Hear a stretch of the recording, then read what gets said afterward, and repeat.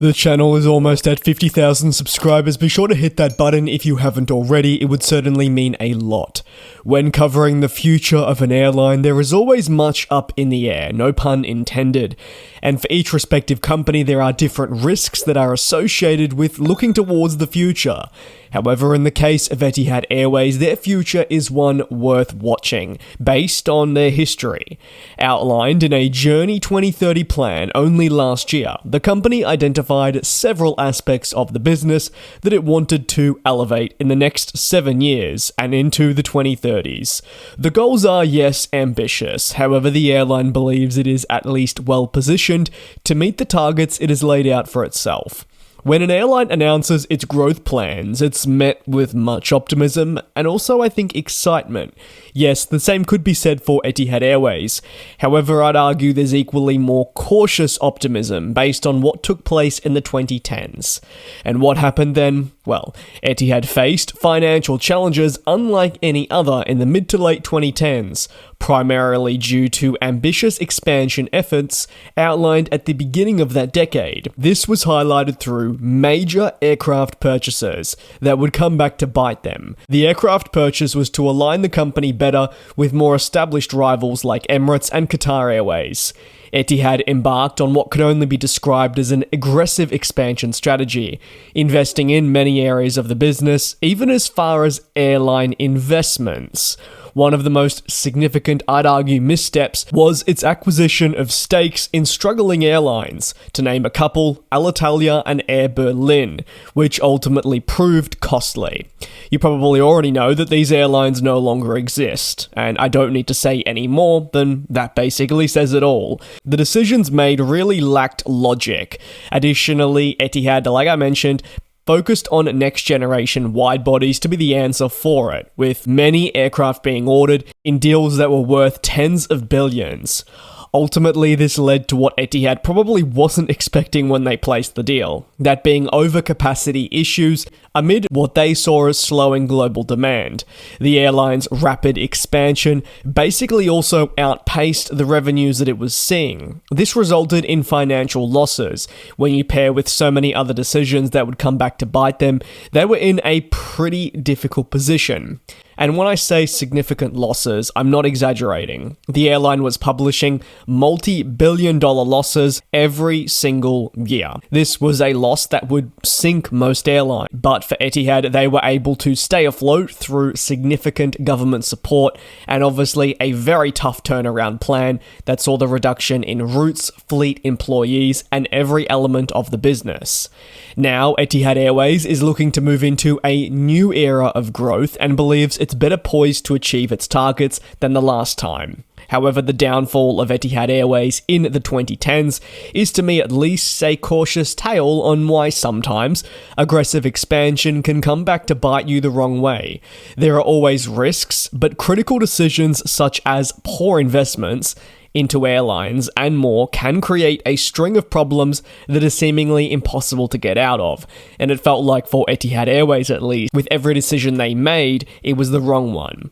During Etihad Airways' 20th anniversary, the company outlined its Journey 2030 plan, coinciding with the 2023 edition of the Dubai Air Show.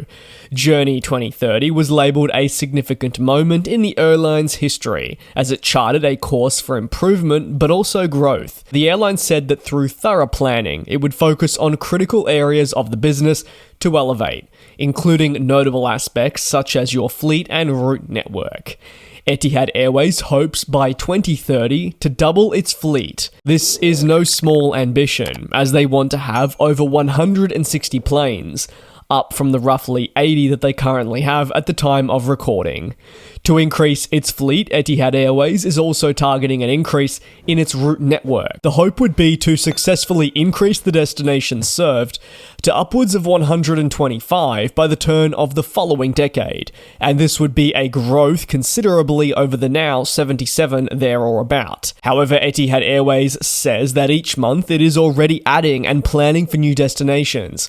It believes that there is enough demand present to reach all new markets that it would ideally like like to head to. It also imagines that in the next 6 years, there'll be further market changes that'll result in new locations being made available and or of interest. It hasn't limited itself to say any market regarding growth, but obviously there are specific areas that are going to be more enticing across the next 6 to 7 years.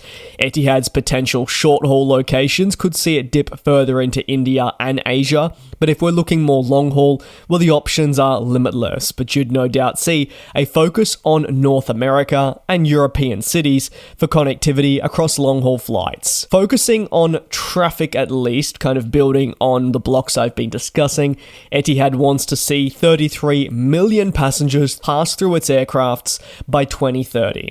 The hope is that this figure will obviously continue growing even after 2030, with more aircraft, more routes, and generally a population increase.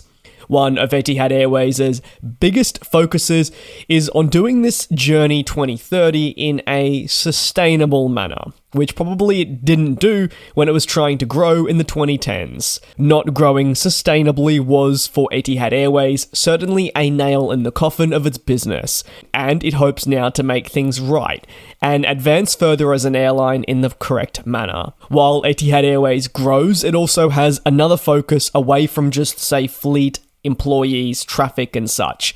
It wants to benefit Abu Dhabi, the capital of the UAE and its home. It hopes that by 2030 it will be able to attract 10 million point-to-point travelers to create better jobs, increase economic growth, and generally be more than just an airline that feeds traffic through Abu Dhabi. They want to make Abu Dhabi a place that you want to visit. This strategy is not just being seen at Etihad Airways, we're seeing several other Middle Eastern airlines adopting similar strategies. Look no further than what's taking place in Saudi Arabia. Etihad Airways is, well, ambitious. You absolutely can't fault them for that. However, there's also a lot of optimism about just how this will play out. Will ongoing supply chain issues impact the airline and maybe delay its aircraft deliveries, stunting growth? Will Journey 2030 be more like Journey 2035? Will there be economic challenges that we can't predict that will affect the carrier, or maybe something else? Our industry is consistently changing, and while airlines can, yes, plan for the future, and need to do so to a certain extent, especially if they are trying to secure aircraft delivery slots, for Etihad Airways, the belief is their growth plans are always going to be put under a fine microscope. Why? Well, just basing off past experiences. So it is now over to you.